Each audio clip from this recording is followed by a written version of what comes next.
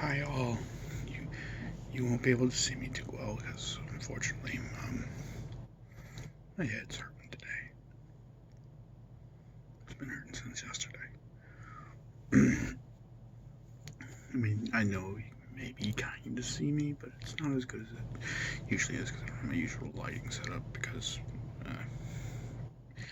But let's see what's been going on with me. I've been catching up on a lot of Western shows.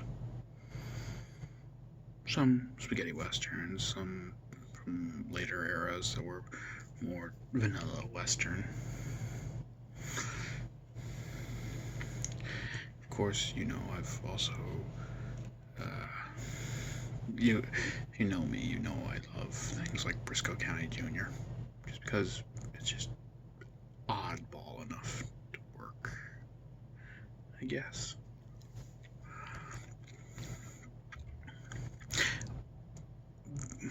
And then I've also, like I'm halfway through Witcher, which I know I'm behind, but whatever.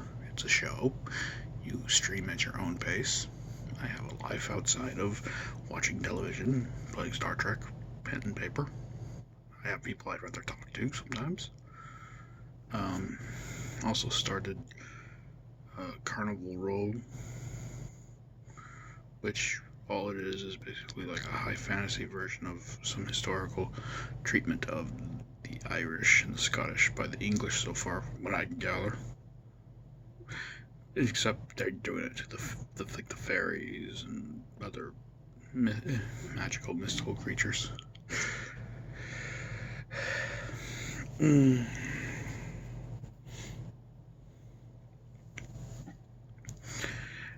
And yeah, don't know what I'm gonna do when I'm done with my current Western show, Young Riders. I did my best to do only like 2 episodes every so often.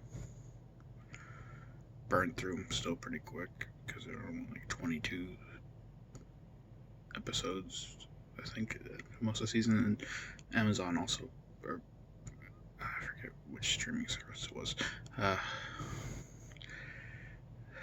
they combined some episodes that were two-parters into one episode, so occasionally you get an episode that's like an hour and a half long or hour and 45 minutes. Something that's like special. Which Young Riders was interesting because it's an early role for James Brolin's son, Josh Brolin, who is Thanos. He plays James Butler Hickok, or better known as Wild Bill Hickok.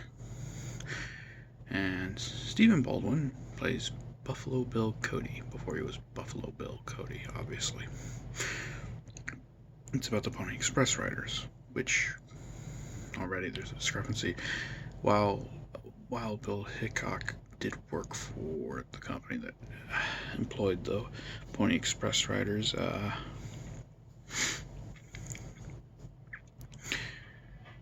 it's never been explicitly stated that he was a writer himself.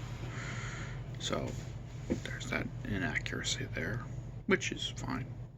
It's whatever. But we know Buffalo Bill was like one of the most famous confirmed writers. And I'm sad the actor passed away from an accidental drug overdose, but when he was at 12 years old or whatever he was supposed to be at the time of Jesse James, pre-Civil War, the kid was just an obnoxious brat. I don't like his Jesse James. When the show started, I think they were trying to focus on the kid as the audience, but then it kind of just started drifting more towards Hickok. Probably because Brolin is a better actor. He's probably the most famous of the actors in the show.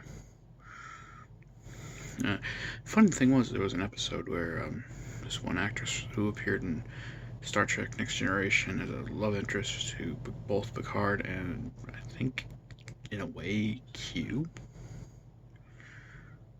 was in there, and then John Delancey, who plays Q, was the villain of the week. And it was funny that the woman was trying to get away from Q, essentially, because eventually in Deep Space Nine, yeah, she wants away from Q because she's seen a lot of things. So, whatever. It was just funny to see, because I usually don't think of John Delancey as being in a lot of things. He was pretty much Q without powers.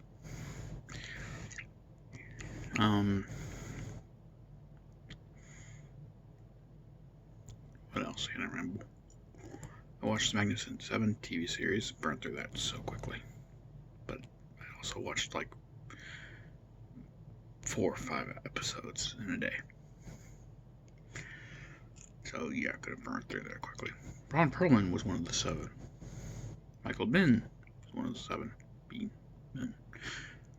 The guy was the original Kyle Reese, the first Terminator movie, and also in the special edition version of Terminator 2. Let's see, what else?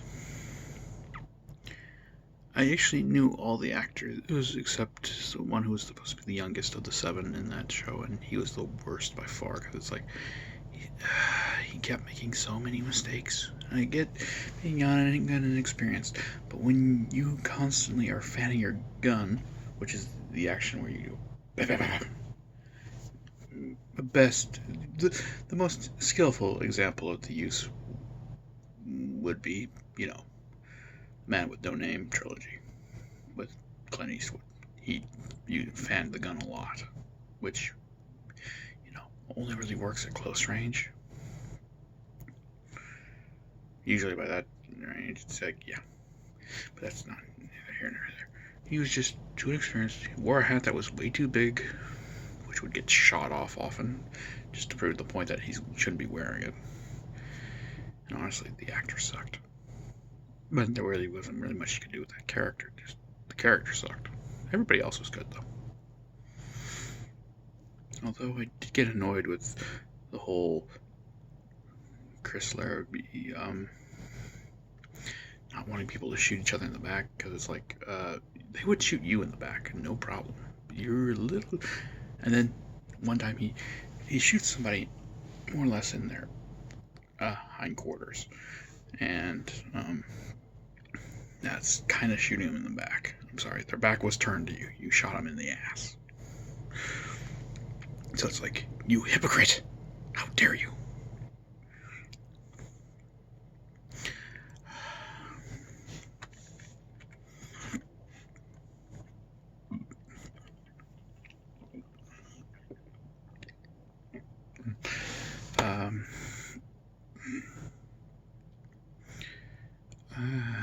I'm trying to think what else.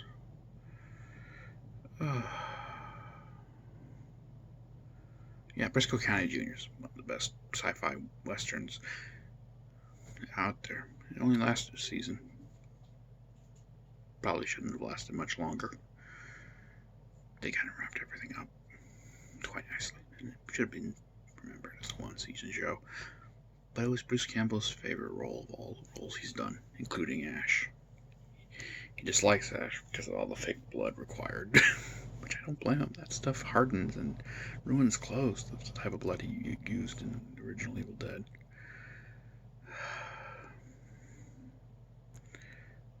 But, yeah. No. I hope everybody has a wonderful day. I hope my day improves. And all thoughts are creative. And peace. I'm out.